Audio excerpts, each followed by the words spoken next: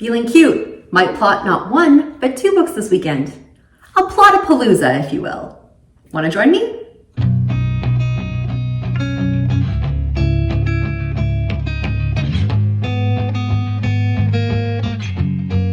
Hey everyone, if you haven't figured out from the intro, we are going to be plotting this weekend. Yes, we are going to be plotting 2 projects. Number 1 is going to be my main project that I've been working on for a while, and the second is going to be my back burner project, which I have talked about before as well. The reason I am plotting this weekend is because I just really need to. I am so stuck on my book. I basically got into kind of like the Act 2 slump, and I did what I normally do and try to write around it. I wrote the latter half of the book, but there's a lot of pieces that are missing that I need from Act 2 that I just haven't sorted out yet. And as much as I kept writing, it just wasn't coming to me. Sometimes that works. In this case, it didn't. So I need to take a step back, plan, plot, so I can move forward. Fortunately, there's only so much of this book left that if I can really get a solid plot plan in place this weekend, that's a lot of P's, then I can maybe, possibly, if I'm good, finish this book eventually, and I will be so excited for that. You have no idea. That will be a huge celebration. So excited. The second book is basically kind of calling to me, probably because I'm stuck on the first book, trying to lure me with its shininess. So I don't want to lose the good bits of information that have been coming to me, but I also don't want to sit down and concentrate on it either. So I figured if I'm going to be plotting this book this weekend, that maybe I should kind of look into plotting that one as well. It definitely has some Act 2 problems that I kind of noticed before when I was spending more time on it. So it would be great to really sit down and immerse myself in that book as well. The timing is also really good because I happen to not be very busy this weekend. My husband is away. He's taking one of my sons to a bunch of hockey games out of town. So I'm basically home to chauffeur my other kid, and we are going to baseball and hockey and all of these things that require me to sit and wait by myself. So this gives me time to think and internalize and figure all that stuff out and work all my plots in my head, as well as it doesn't require me to do much, so I can bring my computer and things with me that I can get these things done. Also, by the time you watch this video, I will have come back from a very well-deserved vacation. Yes, I am going on vacation and I am so excited about it. But when it comes to vacations, I know myself very well, and there's pretty much a 90-10 rule when it comes to writing for me on vacation. 10% of the time I'm going to plan to write while I'm away, and I will be in this like wonderful Zen place, and I will be super creative, and all of the words will flow and things will be great. 90% of the time, however, I might open my computer on the plane. I'll write for maybe a half an hour at some point because I kind of feel bad about it, and then that's it. I'm going to peace out by the pool with a book, and that is all I'm going to get done, which is perfectly okay. Sometimes you just need that break and you need the vacation, and if your brain really needs it, it might actually help you in the end having that break away from your creative projects or your work or whatever is kind of stressing you out. So I kind of take it as it comes, but if it is one of those 10% vacations and I've plotted everything out, it's going to be so much easier for me to get those words in. If it's a 90% vacation and I'm not getting a lot done, this saves me from having to do 2 writing breaks. So if I was still writing and trying to get things done, then I would need to kind of take a break to plot, then I would get back into writing, and then I would be taking a break again to go on vacation. So this way I'm going to spend the time plotting, working on those 2 projects basically until I go away, and then just take that really long break, come back, be refreshed, and get into the writing. So let's get going, shall we?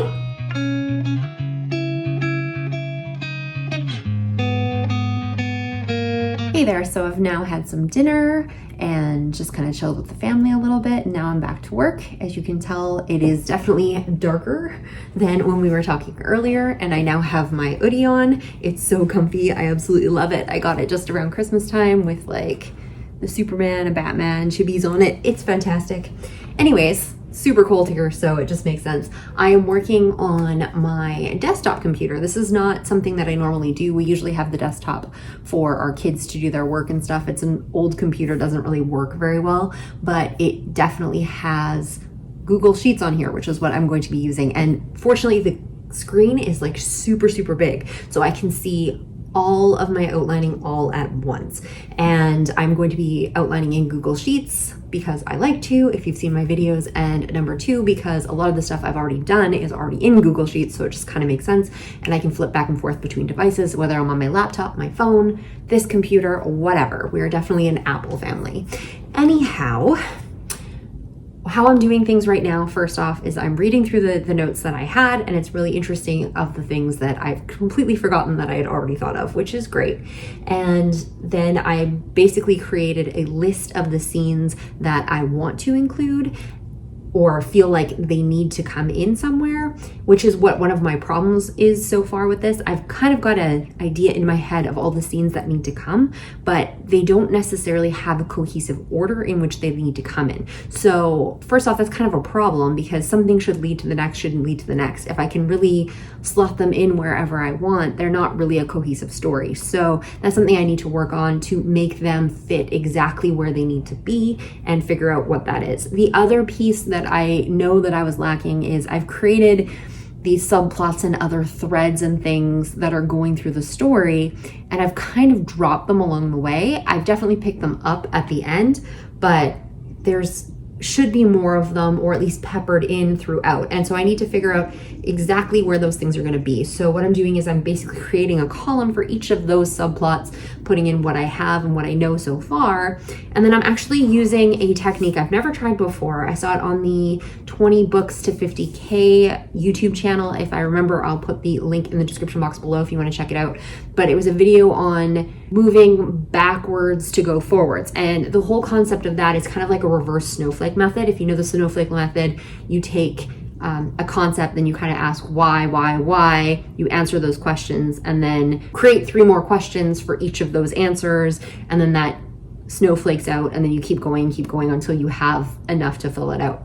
What this does is kind of in reverse, where you kind of take that pivotal scene at the end and work backwards. So let's say someone was being kidnapped and the big scene you have in your head is them escaping their kidnapper.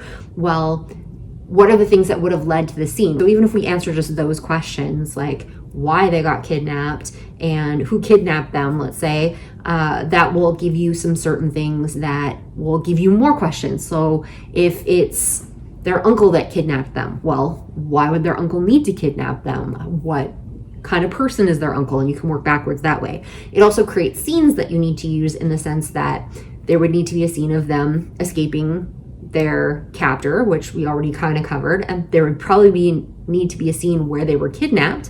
There would need to be a scene of establishing their character. There would need to be a scene where we have some sort of motive, or they explain the motive if it's not until after that they're kidnapped that we find out why.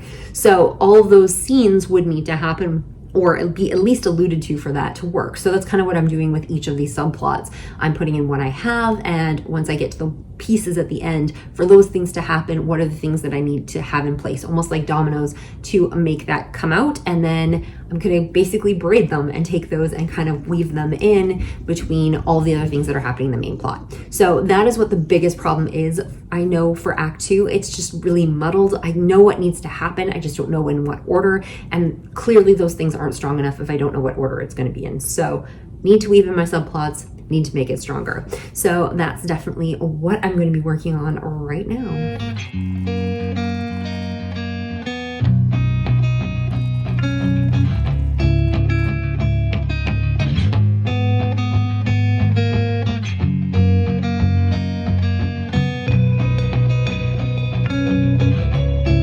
All right, so it's Saturday morning. I spent most of last night getting my scenes together. So I managed to finish the list of all the scenes and thoughts and ideas that I think need to go into the manuscript.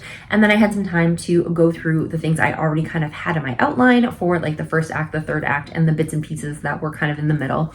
I changed the things that have already changed from my writing, because sometimes when I'm going through the manuscript, I will come up with a better idea, or a character will have a line of dialogue that pushes me in a different direction. So I've updated that stuff, and I've started kind of peppering in some of those things that I know are on that separate list that need to be worked into the manuscript.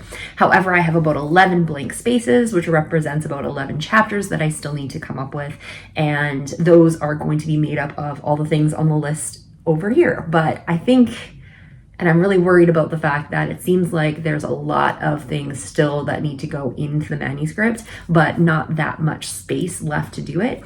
I think I need 11 chapters because I'm expecting this book to be around 30 chapters in total. The first two books in the series were 27 and 29 chapters, and I don't want to get too big with this book. Like, obviously, the story needs to take as long as the story needs to take.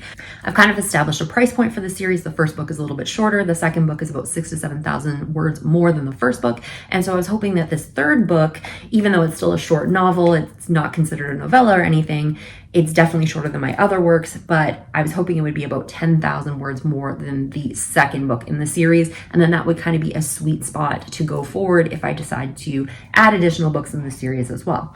But with the amount of stuff that I have that needs to go from the what I need list into the actual plot, I'm just worried that there's just way more stuff that I need to put in there than that amount of words is going to handle. However, once I get started, it might not be that bad. Some scenes may move a little bit quicker, or there may be things that I can cut back on a little bit as I'm going through my editing. I usually do lose some words in my editing as well, but then I also usually gain some, so it kind of balances out.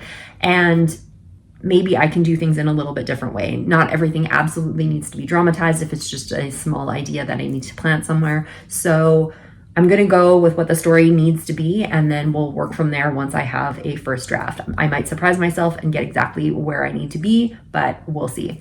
Anyways, right now I am just kind of getting everything in order for my day. I've got a lot of running around to do. You guys are going to come with me, so I'm planning to plot my little heart out all afternoon, all evening, in between all the things I have to do. So, are you ready for a busy day?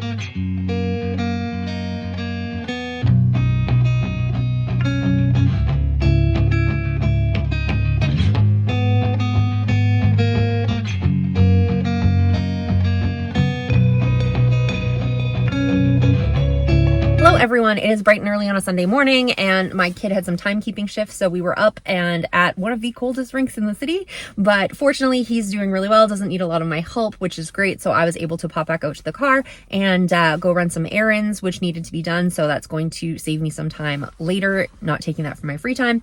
Plus, I got to sit in the car and do some more plotting work here as well. So what I'm working on right now is those scenes that I put in my scene list. Some of them were ideas. So like, so-and-so needs to have a moment with this person. So-and-so needs to say this, or we need a moment where this is realized, or et cetera, et cetera, et cetera. So I'm trying to incorporate those ideas into the scenes that are actual events.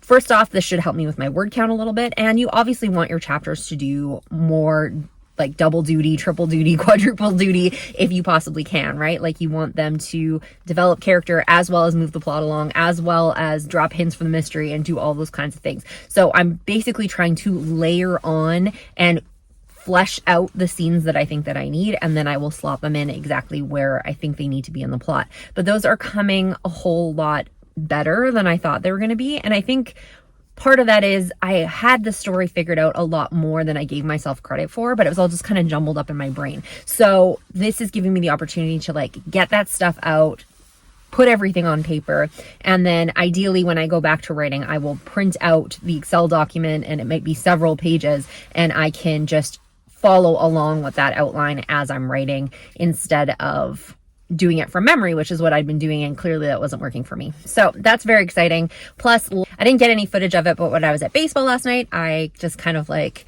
found a little corner. There was a nice table and chair, perfect for me, and hid up there, and I listened to the kickoff call for the brand new Publish and Thrive course. As you know, I've mentioned I've taken it before, but you do have lifetime access. So I'm following along with this new session. She re-recorded all the videos, so I'd like to check that out. And I just wanted to see kind of what the changes and stuff were, and it sounds really exciting. So I'm kind of pumped to maybe take some time to go through that course again when I have the opportunity.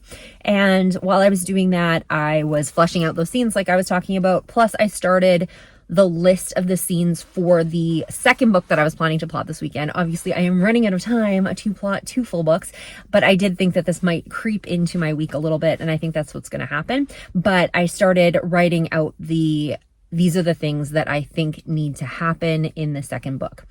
To be honest, I'm not sure if I'm going to be able to get the full plot for that book because I don't think it's as fleshed out, but I think if I can get everything that I have in the brain down on paper, then it's going to leave room for filling in those blanks. But I'm going to head back in the rink right now, and hopefully I'm going to get some more work done this afternoon before I go to the rink again for hockey. So wish me luck.